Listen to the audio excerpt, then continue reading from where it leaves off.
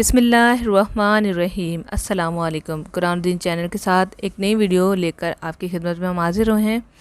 आज का सवाल है कि आयाम हैज़ ख़त्म होने का यकीन कैसे हो, यानी कि आपके हैज़ ख़त्म हो गए क्योंकि रमज़ानुल मुबारक का महीना चल रहा है और इस महीने में ये है कि हम चाहते हैं कि रोज़े रखें, लेकिन कभी स्पॉटिंग हो रही है, कभी क्या कहते हैं दर्द हो रहा है, ऐसा लग रहा है कि हैज़ आने वाले हैं। तो इस तरह के जो है मामलात होते हैं। तो इसके लिए क्या एहतियाती तदाबीर और कैसे मालूम हो कि हैज़ हमारे ख़त्म हो गए और अब हम रोज़ा या नमाज अदा कर सकते हैं। तो चलिए चलते हैं इस वीडियो की तरफ। वीडियो को मुकम्मल देखें। साथ में अगर अभी तक आपने हमारा चैनल कुरानुद्दीन सब्सक्राइब नहीं किया तो सब्सक्राइब कर लीजिए और बेल को लाजमी प्रेस करें ताकि आपको मिले हमारे आने वाले तमाम वीडियोज़ नोटिफिकेशन में सबसे पहले। तो जैसे कि हैज़ की जो मुद्दत होती है ना, वो औरतों को याद होनी चाहिए कि आया हमें 3 दिन बाद ख़त्म होते हैं या 5 दिन बाद, 7 दिन बाद या 10 दिन बाद। हैज़ के यही दिन होते हैं, ठीक है, जिसे कहते हैं गालिब गुमान। गालिब गुमान का मतलब ये होता है कि आपने गुमान करना है कि इस डेट को हमारे हैज़ ख़त्म होते हैं, तो इसी डेट से हमने नमाज अदा करना शुरू कर देने हैं। लेकिन याद रखें, यहाँ पर एक ये चीज़ है कि अगर आपको हैज़ की मुद्दत याद नहीं है या याद भी है लेकिन कुछ बीमारी की वजह से या कुछ इंटरनल इश्यूज़ की वजह से आपको 3 दिन बाद तो हैज़ ख़त्म हो जाते हैं, आप नहा लेते हैं, पाक हो जाते हैं और नमाज़ें अदा करना शुरू हो जाते हैं, लेकिन 5वें दिन आपको फिर स्पॉट लग जाता है, जो कि होता पीरियड्स ही है, वो इस्तिहाज़ा नहीं होता।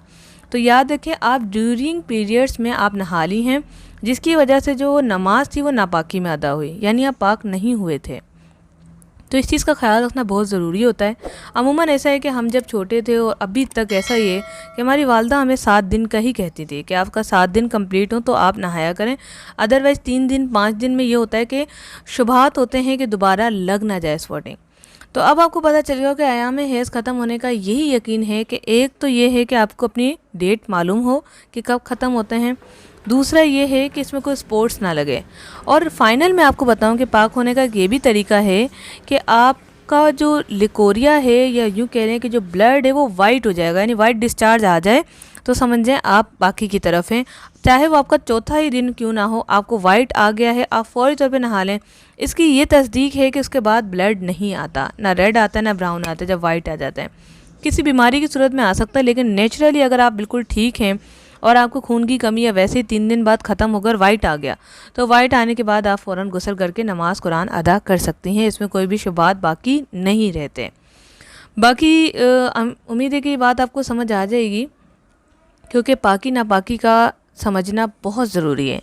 इसमें यह होता है कि आपकी नमाज़ें चली जाती हैं और नमाज का एहतमाम बहुत ज़रूरी है। अगर आप पे गुस्ल वाजिब हो गया, आपको फॉर एग्ज़ाम्पल ज़ोहर के टाइम हो गया है, सफाई साफ़ हो गया है, आपको पता है अब हैज़ नहीं आएंगे, तो आप फौरी तौर पे नहा के असर की नमाज़ पढ़ें, इसे कज़ा ना होने दें, इसमें सुस्ती ना करें। रात में भी ऐसे ही कि अगर रात को, अगर आधी रात को भी अगर आपका हो जाता है साफ़, तो आपने नमाज़ अदा करनी है। ईशा की नमाज़ आप पे फ़र्ज़ है। फिर अगर ऐसे है कि हैज़ के दिनों की नमाज़ें, उस पर मैंने तफसीलन वीडियो बनाई है, तो वो माफ़ हैं, उसकी कज़ा नहीं है। रोज़ों की कज़ा है लेकिन नमाज की नहीं है। उम्मीद करती हूँ कि आज की वीडियो आपको पसंद आई। वीडियो को लाइक करें, शेयर करें, अपना फीडबैक लाजमी दें, अपने सवाल हमें कमेंट्स में बताएं। ये सवाल था सना की तरफ से। Thanks for watching. अल्लाह हाफिज़।